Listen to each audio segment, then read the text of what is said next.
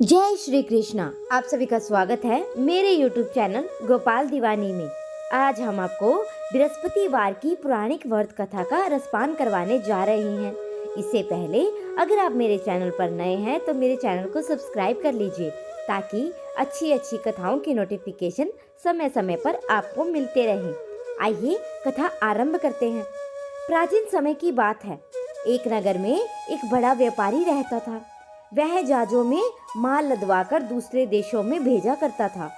वह जिस प्रकार अधिक धन कमाता था उसी प्रकार जी खोलकर दान भी करता था, परंतु उसकी पत्नी अत्यंत ही कंजूस थी। वह किसी को भी एक दमड़ी भी नहीं देने देती थी। एक बार सेठ जब दूसरे देश में व्यापार करने गया तो पीछे से बृहस्पति देव ने साधु भेष में उसकी पत्नी से भिक्षा मांगी।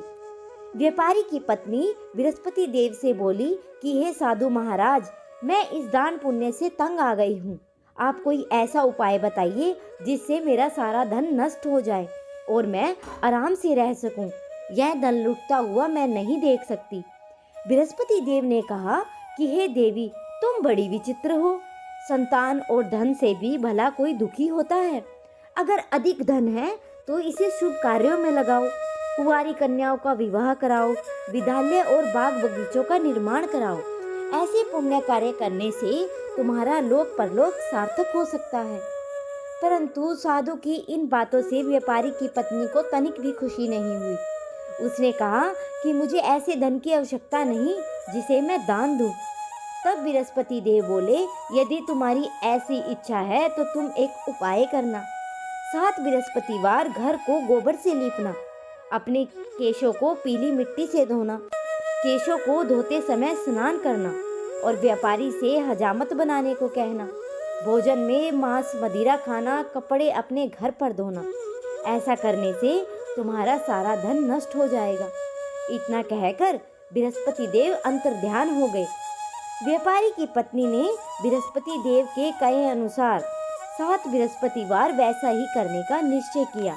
केवल 3 बृहस्पतिवार ही बीते थे कि उसी समस्त धन संपत्ति नष्ट हो गई।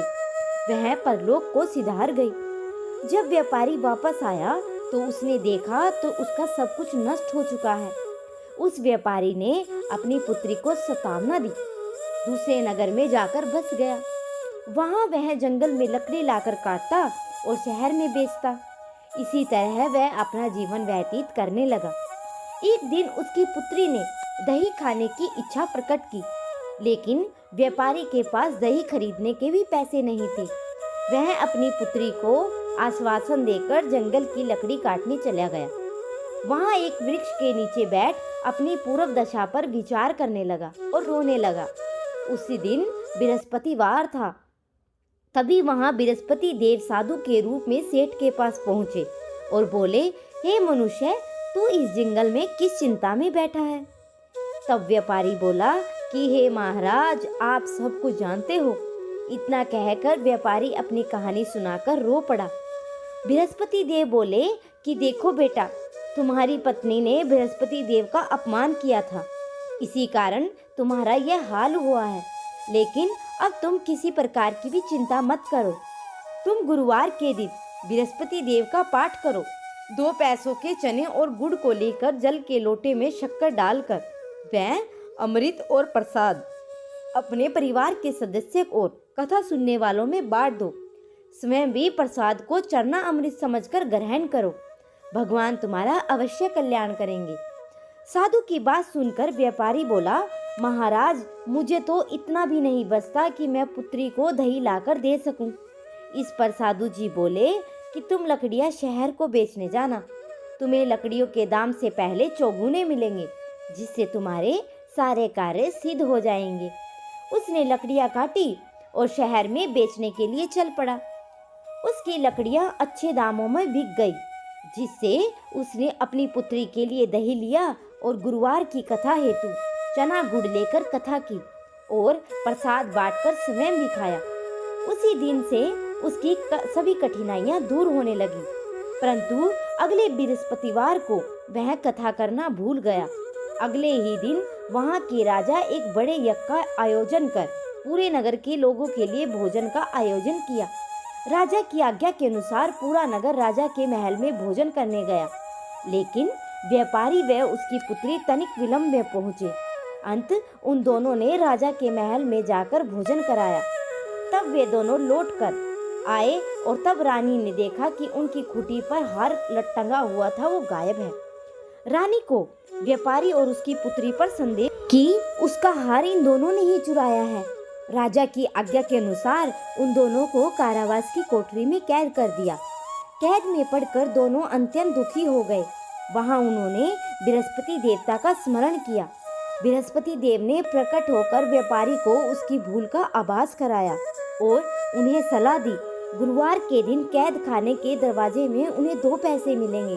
तुम चने और मुनक्का मंगवाकर विधि पूर्वक बृहस्पति देवता का पूजन करना, इससे तुम्हारे सभी दुख दूर हो जाएंगे।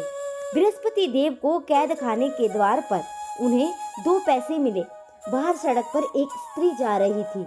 व्यापारी ने उसे बुलाकर गुड़ और चने लाने को कहा। इस पर वह स्त्री बोली कि मैं अपनी बहू के लिए गहने लेने जा रही हूँ, मेरे पास समय नहीं है। इतना कहकर वह चली गई। थोड़ी देर बाद वहां से एक और स्त्री निकली।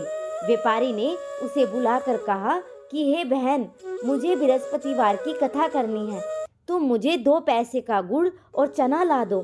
बृहस्पति देव का नाम सुनकर स्त्री बोली कि भाई, मैं तुम्हें अभी गुड़ चना लाकर देती हूँ। मेरा इकलौता पुत्र मर गया है, मैं उसके लिए कफन लेने जा रही थी, लेकिन मैं पहले तुम्हारा काम करूँगी, उसके बाद अपने पुत्र के लिए कफन लाऊंगी। वह स्त्री बाजार में व्यापारी के लिए गुड़ और चना ले आई और समय भी बृहस्पति देव की कथा सुनी। कथा के समाप्त होने पर वह स्त्री कफन लेकर अपने घर गई। घर पर लोग उसके पुत्र की लाश को राम नाम सत्य है कहते हुए शमशान ले जाने की तैयारी कर रहे थे। स्त्री बोलती है कि मुझे अपने लड़के का एक बार मुख देख लेने दो। अपने पुत्र का मुख देखकर उस स्त्री ने उसके मुंह में प्रसाद और चरना अमृत डाला। प्रसाद और चरना अमृत के प्रभाव से वह पुनः जीवित हो गया। पहली स्त्री जिसने बृहस्पति देव का निरादर किया था, जब वह अपने पुत्र के विवाह हेतु पुत्र वधू के लिए गहने लेकर लौटी, जैसे ही उसका पुत्र घोड़ी पर बैठकर निकला, वैसे ही घोड़ी ने ऐसी उछाल मारी कि वह घोड़ी से गिरकर मर गया। यह देखकर रो रो कर बृहस्पति देव से क्षमा यात्रा करने उस स्त्री की याचना से बृहस्पति देव साधु वेश में पहुंचकर कहने लगे, देवी, तुम्हें अधिक विलाप करने की आवश्यकता नहीं है। यह बृहस्पति देव का अनादर करने के कारण हुआ है। तुम वापस जाकर मेरे भक्त से क्षमा मांगकर कथा सुनो, तब मैं तुम्हारी मनोकामना पूर्ण कर दूंगा। जेल में जाकर उस स्त्री ने व्यापारी से माफी मांगी और कथा सुनी। कथा के उपरांत जब वह प्रसाद और चरना अमृत लेकर अपने घर को वापस आई, तो घर आकर उसने चरना अमृत अपने मृत पुत्र के मुख में डाला। चरना अमृत के प्रभाव से उसका पुत्र भी जीवित हो उठा। उसी रात बृहस्पति देव ने राजा के सपने में आए और बोले कि हे राजन, तूने जिस व्यापारी और उसकी पुत्री को जेल में कैद कर रखा है, वह बिल्कुल निर्दोष है। तुम्हारी रानी का हार वहीं खूंटी पर टंगा है। दिन निकला तो राजा रानी ने हार खूंटी पर लटका हुआ देखा। राजा ने उस व्यापारी और उसकी पुत्री को रिहा कर दिया और उन्हें आधा राज्य देकर उनकी पुत्री का विवाह उच्च कुल में करवाकर दहेज और हीरे जवाहरात दिए। तो ये थी बृहस्पतिवार की व्रत कथा। अब अगली कथा का रसपान आप अगली वीडियो में करेंगे। आप सभी को अगर मेरी वीडियो पसंद आई हो तो मेरे चैनल को सब्सक्राइब करें, वीडियो को लाइक करें और कमेंट में जय श्री कृष्णा अवश्य लिखें।